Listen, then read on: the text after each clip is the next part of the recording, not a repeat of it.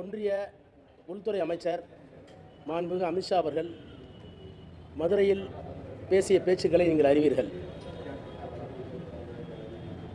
இந்திய நாட்டினுடைய உள்துறை அமைச்சர் என்ற தகுதியை மறந்து அவர் பேசியிருக்கின்ற பேச்சுக்களின் மொத்த தொகுப்பையும் சுருக்கி சொல்வதானால் அப்பட்டமான பொய், அருவருப்பான வஞ்சகம், பிளவு நோக்கம் கொண்ட சூதுரை, இந்த மூன்றை தவிர அவருடைய பேச்சில் வேறு எதுவும் என்னால் கண்டுபிடிக்க முடியவில்லை. ஒரு நாட்டினுடைய உள்துறை அமைச்சர் ஒரு மாநிலத்திற்கு வருகிற போது அவருடைய தகுதி, அவருக்கு இருக்கிற பொறுப்பு, கடமை உணர்ச்சி இவைகளை பற்றி கிஞ்சிற்றும் கவலைப்படாமல் அவதூறுகளை அள்ளி வீசுவதும், மாற்றுக் கட்சி அரசாங்கம் அந்த மாநிலத்தில் நடந்தால் ஆதாரமில்லாத குற்றச்சாட்டுகளை சொல்வதும்,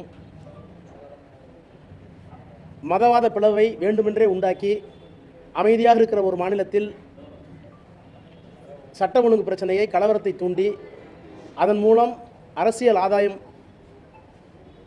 கிடைக்குமா, அறுவடை செய்யலாமா என்கின்ற அருவருப்பான உணர்ச்சியும் அவருடைய பேச்சில் வெளிப்பட்டிருக்கிறது.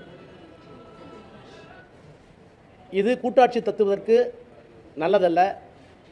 மாநில ஒன்றிய அரசுக்கு இடையிலான சுமூகமான போக்கிற்கு குந்தகம் விளைக்கக்கூடிய ஒரு பேச்சை அவர் பேசியிருக்கிறார்.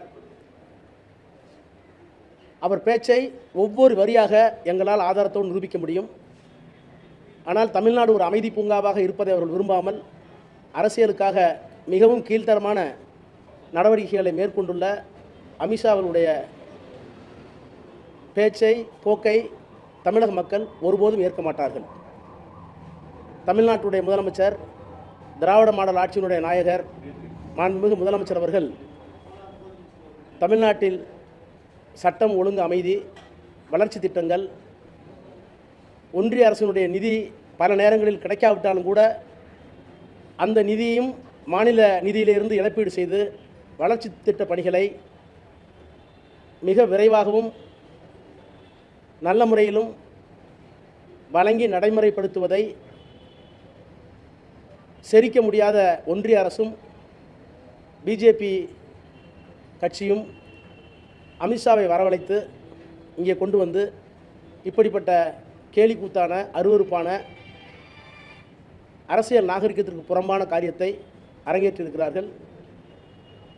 அமித்ஷா என்ற தனி மனிதருக்காக மட்டுமல்ல, அவர் வகிக்கிற அந்த பதவிக்கும் இது அழகல்ல. இந்த அரசியல் சித்து விளையாட்டுகளை, அருவருப்பான போக்குகளை இத்தோடு அவர் நிறுத்திக் கொள்வது நல்லது.